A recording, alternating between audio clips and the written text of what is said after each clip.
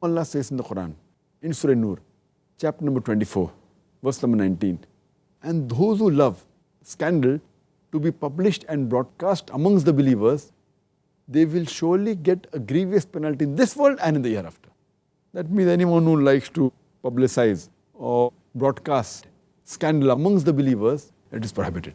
And further Allah says in the Quran, in Surah Nisa, chapter number 4, verse number 2, that give to the orphans their property once they become adult. Means if you're a guardian to the property of an orphan, give it to them when they mature.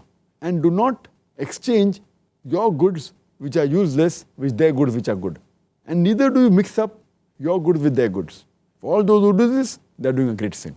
So there are various things mentioned in the Quran that you cannot earn by means of riba, interest, or by bribing, or by robbing, or alcohol, gambling, idol worship, fortune telling, by prostitution, by scandalous ways, or by eating the orphan's property.